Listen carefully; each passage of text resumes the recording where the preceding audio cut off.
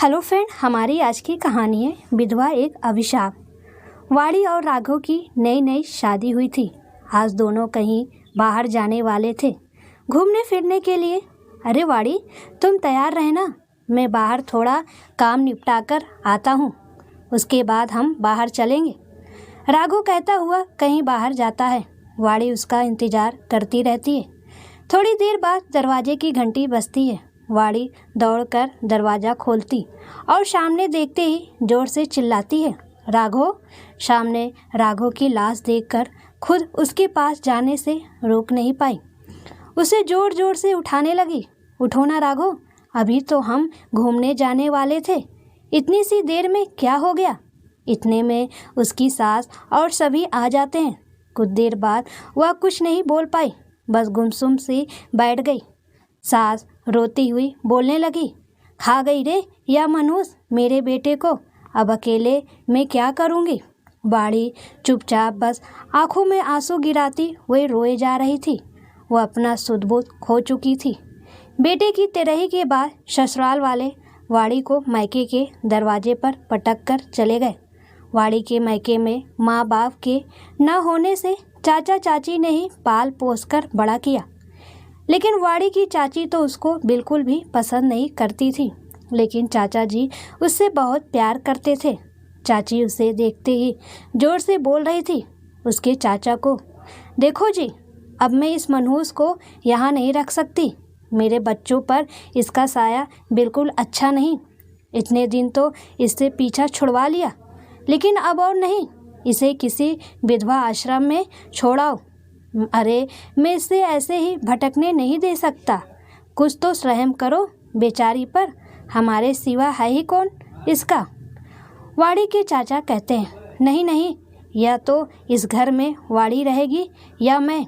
वाड़ी के चाचा जी बेबस होकर उसे वृद्ध आश्रम छोड़ आए। वहाँ जाते ही कई विधवा औरतें ने उसे पकड़ बाल काट दिए, लेकिन वह उन्हें रोकती रही। जबरदस्ती उसके बाल काट दिए। कुछ समय पश्चात वहाँ एक संत बाबा आते हैं और वाड़ी को उपदेश देने लगते हैं, बेटी, यहाँ तुम्हें सारे श्रृंगार त्यागने पड़ेंगे और इस मोह माया से दूर अपने आप को ईश्वर की भक्ति में समर्पण कर देना होगा। पूर्ण रूप से सन्यासी जीवन व्यतीत करना होगा। वाड़ी अपने बहते आंसुओं को नहीं रोक पा रही थी। एक औरत उसे कमरे में लेकर जाती है जहाँ कुछ फल और आंगन में चटाई रहती है। वह औरत कहती है, बेटी रो मत, शुरू शुरू में सबके साथ ऐसा ही होता है, लेकिन कुछ समय पश्चात ईश्वर की भक्ति से ही प्रेम होने लगता है। या लो तुम कुछ फल खाओ, मैं तुम्हारे लिए चटाई बिछा देती हूँ, अब इस पर ही सोना होगा तुम्हें। तुम मुझे अपनी दीदी कह सकती हो। वाड़ी को कुछ समझ नहीं आ रहा था कि उसके साथ ये सब क्यों हो रहा है। उसने ऐसा कभी सपने में भी नहीं सोचा था।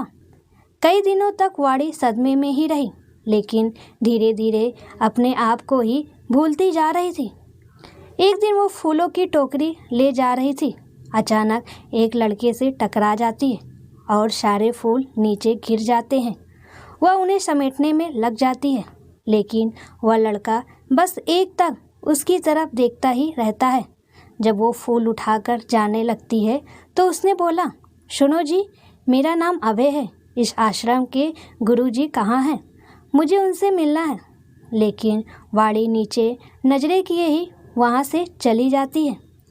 अभय आश्रम के गुरुजी पर डॉक्यूमेंट्री बनाने के लिए आया था, लेकिन वह तो वाड़ी पर इतना आकर्षित हो गया कि उसके अलावा उसे कुछ दिखाई ही नहीं दिया। जब वो पूजा के लिए फूल तोड़ती तो वह कैमरे में बस उसकी ही फ़ोटो लेता। उसके देख लेने पर कैमरा दूसरी तरफ करने लगता। जब वह एक पेड़ के नीचे हाथों में माला ले चुपचाप गुमसुम सी बैठी रहती तो अभी उसे देखता रहता है। एक दिन वाड़ी का खत आया और वह उसको देखकर बहुत खुश हुई। उस खत को पढ़ते हुए उसकी आंखों में आंसू झलक आए। यह सब अभय देख रहा था। वह उसके पास गया और पूछने लगा, किसका खत है। वाड़ी आंसू पोंछ कर बोली, मेरे चाचा जी का, वो मुझसे बहुत प्यार करते हैं। तभी अभय बीच में ही बोल पड़ा, इसलिए यहाँ अकेला छोड़ दिया। उनकी कुछ मजबूरी थी, इसलिए वो मुझे यहाँ छोड़ गए। क्या वह उनकी खुद की बेटी के साथ होता तो क्या उसको भी विधवा आश्रम ले आते? अभय ने वाड़ी से कहा, नहीं नहीं, ऐसा मत कहिए। जो मेरे साथ हुआ वह किसी और के साथ ना हो। वाड़ी रोते हुए बोली, और हाँ, अच्छा ही हुआ जो मैं यहाँ हूँ। किसी की बातें तो नहीं सुननी पड़ती, किसी के ऊपर मेरा मनुआया तो नहीं पड़ता। अगर वहाँ रहती तो कोई मुझसे बात करना भी पसंद नहीं करता। सब लोग बस मुझे हीन भावना से ही देखते। फालतू की बातें हैं ये सब, और ये समाज तो अपने तरीकों और हिसाब से रीति रिवाजों को तोड़ मरोड़ करते रहते हैं। अभय वाड़ी से कहता है। वाड़ी कहती है, लेकिन हम समाज की परंपरा को बदल तो नहीं सकते ना, और ना ही हमारे हिसाब से कर सकते हैं। मैं तो इस आश्रम को ही सब कुछ मान चुकी, जिसकी वजह से आज सड़कों पर ठोकरें तो नहीं खा रही। वाड़ी ऐसे कहते हुए वहाँ से चली जाती है। अभी मन ही मन सोचता है कि क्या उम्र है वाड़ी की, जो इसे इतना सब झेलना पड़ रहा है। लोगों की गलत सोच ने वाड़ी को क्या बना दिया। अब मैं वाड़ी ऐसे नहीं देख सकता। मैं उसे एक नई जिंदगी देना चाहता हूँ। क्या पति के साथ ही एक औरत का वजूद ही खत्म हो जाता है? क्या उसका अपना कोई अस्तित्व नहीं? क्या समाज की सोच वाड़ी को ऐसे ही कोसती रहेगी? न जाने वाड़ी मेरे बारे में क्या सोचती है। बस मेरी वजह से उसके ओठों पर वह मुस्कान वापस आ जाए और मुझे कुछ नहीं चाहिए। मैंने कभी नहीं देखा था कि खामोशी भी इतनी खूबसूरत होती है, जो वाड़ी को देखकर मुझे महसूस होती है। उसकी नम हुई आंखें, ओठों पर एक बेबसी के लिए, हाथ में माला रूप बेड़ियाँ, शरीर पर सफ़ेद कफन, जैसे मेरे दिल को कोई चीर रहा हो। अभी का दिमाग बस यही सोच रहा था कि वह इन बेबस औरतों के लिए क्या करे। एक दिन वाड़ी कपड़ा सुखा रही थी कि उसके पैर में कांटा आर पार निकल गया। वह दर्द के मारे बस आंसू बहा रही थी। तभी अभय वहाँ आया। उसने वाड़ी को एक बेंच पर बैठाया और उसके पैर से जैसे ही कांटा निकला, खून की पिचकारी बहने लगी। वाड़ी ने अभय का हाथ अपने पैर से हटा दिया कि आप जाइए। लेकिन वाड़ी, आपके बहुत खून बह रहा है, आपके पट्टी करनी होगी। नहीं, आप जाइए, इसकी कोई ज़रूरत नहीं। वाड़ी कहती है, नहीं, जब तक मैं यह रुमाल नहीं बांध देता यहाँ से कहीं नहीं जा सकता।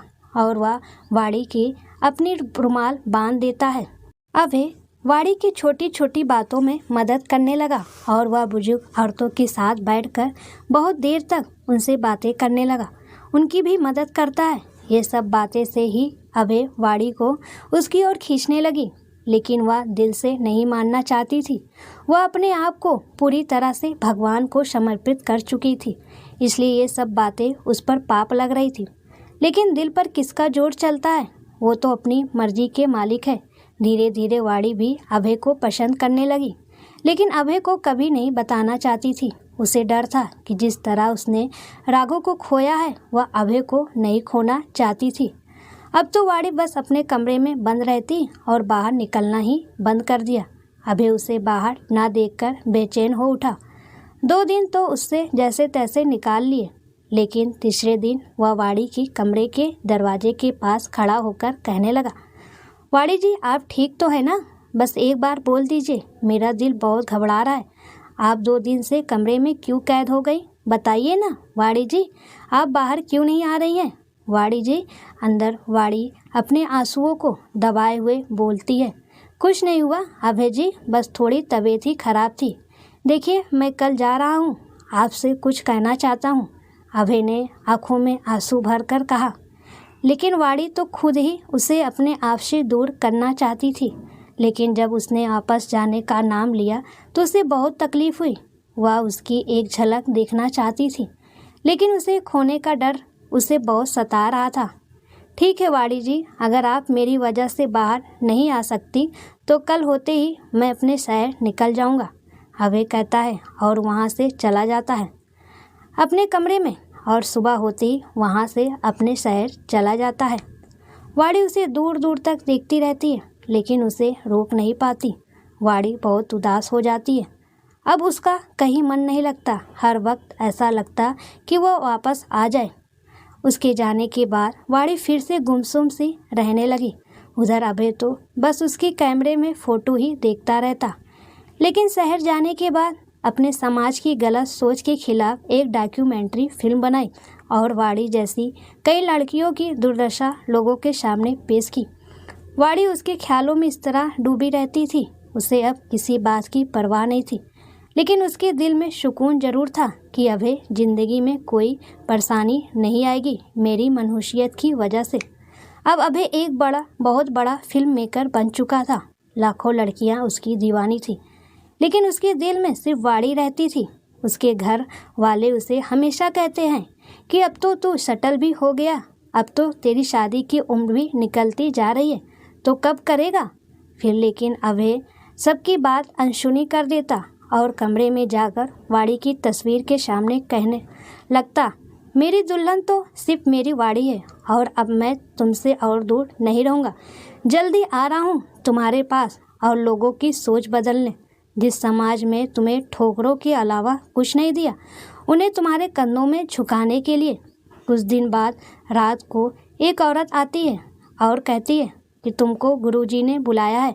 उसी के पास बैठी है औरत। किसको? वो दीदी मानती थी। कहती है, इस बच्ची को कुछ मत करना, मैं चलती हूँ इसकी जगह। यह अभी बच्ची है, अपने पति के गम से उभरी भी नहीं। इस पर वह आश्रम की लीडर औरत कहती है, बस कर, अब और कितने दिन मुफ्त की रोटियां तोड़ेगी? आखिर इससे भी गुरुजी की सेवा देनी होगी। वाड़ी तो कुछ समझ नहीं पाती कि ये सब क्या हो रहा है। वह कहती कि सेवा दिन में कर देगी, रात को कौन सी सेवा? दीदी ये कौन सी सेवा की बातें कर रही हैं? वाड़ी, तुम जिन गुरुजी को भगवान का दर्जा देती हो, वह असल में बहुत बड़ा दरिंदा है। तुमसे पहले यहाँ जो भी औरत आई, सब उसके साथ इसने बहुत बुरा सलूक किया है। हम सबको सहारा देने के नाम पर हमारी इज्जत के साथ खेलता है। पहले तो पूरी तरह सन्यासी होने के लिए प्रेरित करता है, फिर कुछ समय बाद खुद और इसके चेले हम सबकी इज्जत के साथ खेलते हैं। यह सुनते ही वाड़ी के होश उड़ जाते हैं और वह अपनी सुध-बुध खो बैठती है। जिंदगी ने बहुत धोखे खाए और अब अपनी इज्जत को वाड़ी ऐसे बाबा पर नीलाम नहीं कर सकती थी। उसके पास वहाँ से भागने के अलावा और कोई चारा नहीं था। वह उस औरत की ओर जोर से धक्का देकर वहाँ से भागने लगती है। दरवाजा के बाहर कदम रखती है कि सामने उस बाबा जी के चेले खड़े दिखते हैं। अब उसे अभय का ही ध्यान आता है कि काश वह उस वक्त ही अभय को स्वीकार लेती तो कम से कम अपनी इज्जत तो बचा लेती। मैं अपनी जान दे दूंगी, लेकिन इस बाबा को अपनी इज्जत के साथ खिलवाड़ नहीं करने दूंगी, चाहे मेरी जान चली क्यों ना जाए। वाड़ी आश्रम में ही भागते हुए एक पत्थर से सिर टकराने से नीचे गिर जाती है और वहीं बेहोश हो जाती है। चेले भागते हुए गुरुजी के पास जाते हैं और कहते हैं कि गुरुजी, वह लड़की भागते हुए गिरकर बेहोश हो गई है। गुरुजी कहते हैं, ले जाकर उसे कमरे में बंद कर दो। उधर अचानक अभय की नींद से आंखें खुलती है। पसीने में इस तरह लगता है, उसे लगा जैसे वाड़ी किसी मुसीबत में है। अभय सुबह जल्दी उठकर आश्रम के लिए निकलने लगता है। वह दोपहर को तो आश्रम में पहुंच जाता है। वहां पहुंचते ही उसे वाड़ी से मिलने की तड़प और बढ़ जाती है। वह आश्रम की एक औरत से वाड़ी के बारे में पूछता है तो वह कह देती है कि वाड़ी तो कल ही यहाँ से चली गई। कहाँ गई है यह किसी को नहीं बताया। अभय को उसकी बात पर यकीन नहीं हुआ। वह उसे वहीं पर ढूंढने लगा। इतने में उसके साथ रहने वाली औरत आती है और उसे सारी बात बताती है। यह बात सुनते ही अभय का खून खौलने लगता है। तुरंत वह पुलिस को फ़ोन कर देता है और जहां वाड़ी को बंद करके रखा था वहां पहुंचता है। जब तक पुलिस नहीं आती वह वहीं छिपकर देखता रहता है। कुछ देर में वह आश्रम के गुरुजी उस कमरे में जाते हैं और अभय भी उसके पीछे कमरे में जाने की कोशिश करता है, लेकिन गुरुजी के चेले उसे अंदर नहीं जाने देते। ऐन मौके पर वहां पुलिस आ जाती है और बाबा को रंगे हाथों पकड़ लेती है। वाड़ी अब अभय के गले लगकर खूब रोती है। अब अभय उस विधवा आश्रम को खुद ही संभालने लगता है। उन सभी औरतों के लिए अलग से व्यवसाय चला देता है जिससे वह खुद अपने पैरों पर खड़ी हो सके। कभी किसी पर आश्रित ना रहे। वाणी उन सभी औरतों को खुद पढ़ना सिखाती है। अब सभी औरतें एक परिवार की तरह रहती हैं, जहां उनके साथ कोई भेदभाव नहीं होता। कुछ समय पश्चात वाणी और अभय शादी करने का विचार करते हैं, क्योंकि अभय एक सेलिब्रिटी था। फिर वह एकदम सिंपल तरीके से वाणी से शादी करता है। वह अपनी शादी में वाणी की तरह से उसके चाचा चाची को भी बुलाता है, ताकि वाणी खुद को अकेली ना समझे। अभय वाणी को इतनी खुशियाँ देता है कि लोग अभय और वाणी की जोड़ी को सलाम करते हैं, और वाणी को भी समझ में आ गया कि वह कोई मनहूस नहीं थी। शादी होने के बाद भी वाणी अपने आश्रम को नहीं भूली। वह हर रविवार अभय के साथ आ जाती और उनकी कुछ मदद कर देती। दोस्तों, आज भी हमारे समाज में ऐसी बहुत सी विधवा औरतें हैं जिनके साथ पति मरने के बाद बहुत बुरा बर्ताव होता है, और उनके लिए आवाज़ उठाने वाले बहुत कम होते हैं। जहाँ लोग औरतों को पूछने की बात करते हैं, वहीं कुछ लोग उनकी शक्ल देखना भी अशुभ माना जाता है। वह अशुभ बताने वाले भी ज़्यादातर औरतें ही होती हैं, और ये तब तक मुमकिन नहीं जब तक एक औरत अपने लिए खुद आवाज़ नहीं उठाएगी। औरत चाहे तो क्या कुछ नहीं कर सकती, बस थोड़ी सी हिम्मत की ज़रूरत है। दोस्तों, कहानी कैसी लगी प्लीज़ कमेंट में ज़रूर बताएं।